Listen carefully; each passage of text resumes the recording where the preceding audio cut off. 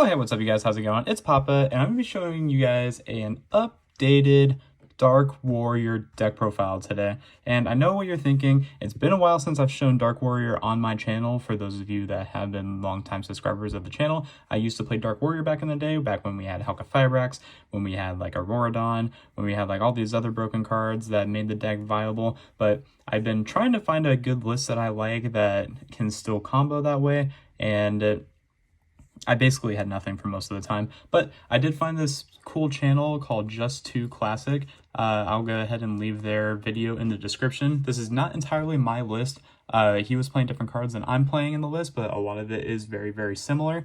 But I'm on 60 cards. It's a really big like brick of a Yu-Gi-Oh deck, but it basically has this one card combo that he came up with that is very, very nice. I mean, I believe he came up with it because it's the only one I've seen on YouTube, but this is basically his combo, but the deck is just my choices personally, but it is very, very similar to his list, and I wanted to go ahead and showcase it to you guys. I've had a few subscribers ask me about an updated Dark Warrior list or just like a Goki list, but I've ended up playing Dark Warrior. There's no Gokis in this list. If you want to see a Goki list, go ahead and comment down below, but I've had some people message me through my social medias that you can follow in the description of this video. But I wanted to go ahead and update Dark Warrior because it is one of my favorite decks to play, and I just really like the whole Warrior toolbox eccentric as it is. But we're going to go ahead and get started with the profile. Again, this was mainly Just 2 Classics idea, but I mean, we do play similar cards, we play different cards, but you know what, that's just every deck that you're going to see. But starting off with the main deck, we are on one copy of Armageddonite, of course, and the one copy of Dark Grepher. These are your big like combo starters. I mean, granted, they're both at 1. I wish we had 3 Armageddonite, but you know what, we'll just take the 1. At least it's still legal. So 1 Grepher, 1 Armageddonite. I have to play him in this list. For 1 card starters, we play the 3 copies of Aqua Dolphin, of course, as well, or Aqua Dolphin. We play the 3 connector with the 1 Aqua Dolphin. This is probably your best normal summon in the deck. Basically, if you resolve 2 warriors, then you basically have full combo, but this is just a whole 1 card combo by itself, and I'll show you in its own video the full combo that you can do. But yeah, the deck is really nice. 3 connector, 1 dolphin, have to play it. I've never tried this card, but it is actually really good if you don't open up connector. We play 3 Sublimation Knight with the 1 Squeak Knight.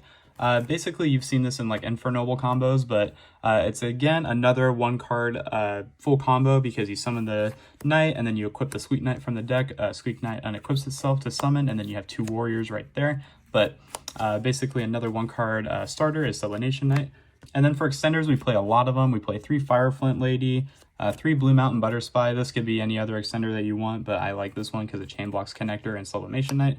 3 copies of Junk Forward, and 2 copies of Red Layer with the 1 Photon Thrasher. You could play 3 Red Layer if you want, but I just wanted to have like extra warriors that you could summon. So I just felt like, of course, Junk, Mountain Butterfly, and Fireflint are definitely the best extenders, if I may say. These ones you kind of have to start off with to get any kind of play going, but these cards are very, very good. I think 12 extenders is fine. You don't really need so many of these because you don't want to brick on them, and then you just want to be able to see names. So as soon as you see 2 warriors, you have full combo, which is the name of the game. We're on 1 copy of Immortal Gearfried. The reason I play Gearfried is because you need to have like a search target for your Isolde that you can't use, and then when you go up for your follow-up turn, you summon out this by banishing just an equip from your graveyard. And if you open up this card too, it's even better. It's just an extra like form of negation that stays on the field, but it's a really broken card. You only play 1 of it because you can search it with Isolde for your follow-up. I was debating on this or BLS. It's complete preference, but I like this card a lot. This card is really cool, and I'm just glad to be playing it again. And then he was on a 0 day, so I decided to try it. So far during the testing and doing the combo, this could be anything else that you really want it to, because you can make Bardiche with a lot of ease. Spoiler, we're playing Bardiche in this deck, but you don't have to play 0 day. You could play like other alternatives if you like to, but so far, just so I learned the combo, it's just been 0 day with the other virus cards that we get to in the extra deck a little bit later. So that's basically the whole like warrior aspect of the deck. You play a lot of warriors. There's no way that you're not opening up 2 warriors at the minimum. But that's it for the warrior part. Next, we play a very small Orcus engine. This engine is really nice. I do like this very much. It was his idea again, just do classics, but one Symbol Skeleton, one Nightmare, and one World Wand. Basically what these do is that it sets you up with your Galatea play. Galatea sets up the crescendo to basically where your board doesn't lose to Dark Ruler, it doesn't lose to droplets, unless of course they like send those cards with droplet, but most of the time, it's just like an extra negate because to establish the full combo, you have to have the rank up go off in your main phase. But if they start off with like Lightning Storm, Evenly Matched, any of those cards, like the Crescendo just helps it as a form of extra negation. So you have to play a small Orcus engine for that reasoning. And then we're on some Phantom Knights. We play 2 copies of Silent Boots as well as 1 copy of Ancient Cloak. Just there. I mean, you only want to play 3 because you don't want to brick on multiple Phantom Knights. You need these cards to stay in the deck to resolve your combo, so you just need 3. 3 is perfect. And then just extra like one-ofs that basically make the deck work. 1 is copy of Zephyros, 1 Rescue Ferret. This card is actually really broken in this deck, and I'll get to it when we do the combo in another video, but very broken card. 1 Summoner Monk. Summoner Monk gets you access to the Rescue Ferret, and Summoner Monk is just amazing. 1 copy of Destrudo, that's going to be it for like the extra names, but each one of these cards are very crucial to the actual Dark Warrior combo.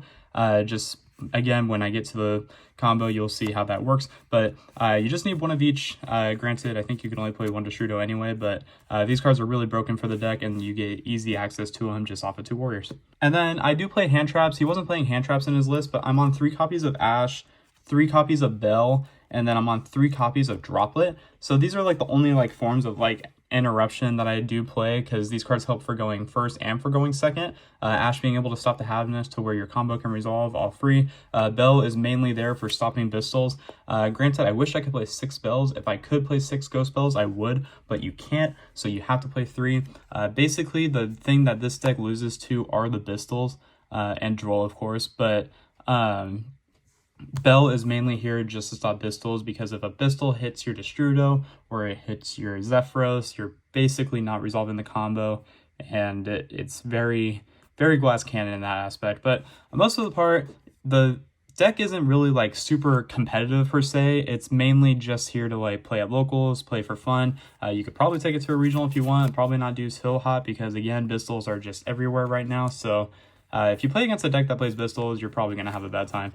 But I wanted to have 9 interruptions just because I felt like it was like a good enough number. You play Dagaris in the extra deck, so Dagaris can help you draw into some of those cards.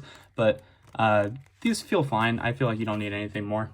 Moving on to the spells, the equips, we play 1 Overdone, 1 Living Fossil, 1 Action Unit, 1 Arthrodoter, 1 Penis Blade, and of course we play the 3 DDR. You have to play DDR at 3 because we are playing Power Tool Dragon. Power Tool Dragon will get you access to this card, and then the rest of the equips don't really matter too much. I feel like Living Fossil and Penis Blade are definitely mandatory. The others can just be whatever else you want, but you have to play 3 DDR, and the reason we also play 60 is to like lower your chances of drawing extra equips.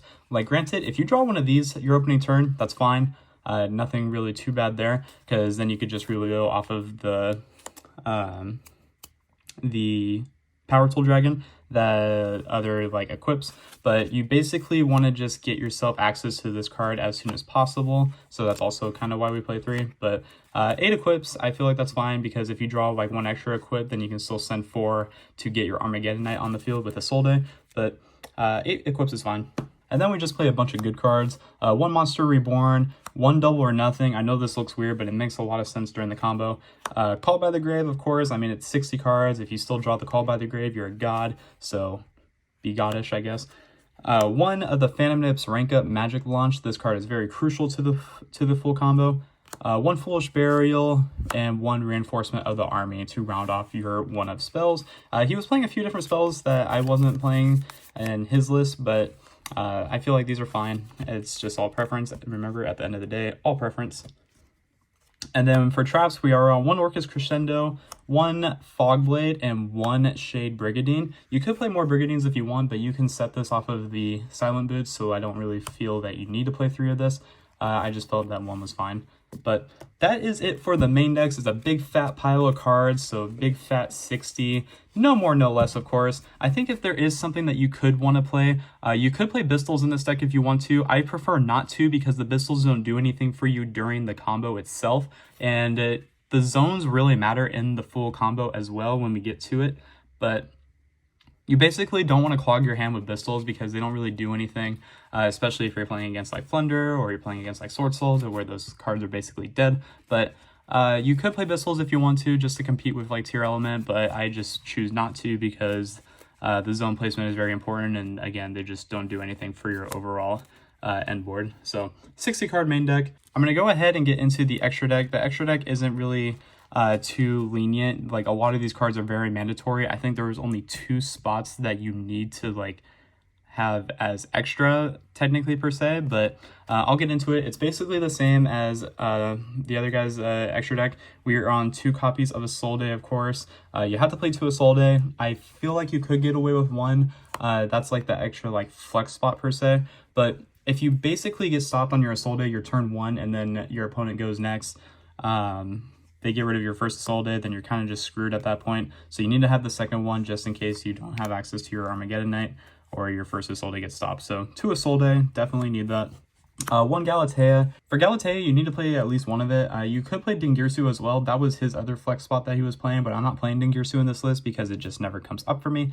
But I feel like the 1 Galatea is just fine by itself. You could play a second one if you'd like for the other flex spot, but you could play the Dingirsu as well, but I think just having 1 Galatea just to set up your crescendo is totally fine. For the code breakers, you have to play the Virus Swordsman and the Virus Berserker. Especially if you're going to be playing 0 day, you have to play these cards, no doubt about it. These are what help you get into your Bardiche access. Basically, it's just like a free Bardiche if you resolve the Virus Swordsman, but you could not play these cards, and you could play like Masquerena, you could play like Dweller, like cards like that as well, if you don't feel like the card, the Swordsman, or Virus Berserker, whatever the hell it's called. If you don't feel like you like that engine, then you could just play those cards instead. But just so I could get the combo down, I just decided to play his list for the most part. 1 Bardiche. Bardiche is insane. Shout out to you, July. We are on 1 copy of Apollosa because you make Apollosa during your combo just to help you play around Nib. But that's really it. Nothing too much to say here. My flex spot, I went towards Access Code Talker because if you're going first and you set up the full board and for some reason your opponent doesn't scoop, or like your opponent doesn't like do a whole lot, then you just need this for basically cracking the board. You can also use access code very much for going second as well. If you don't feel like opening up the whole combo, then you can just go for the access code talker OTK. So very good. 1 Power Tool Dragon. This card's insane. You have to play this card in this deck. This is what gets you access to your DDRs. Card's insane.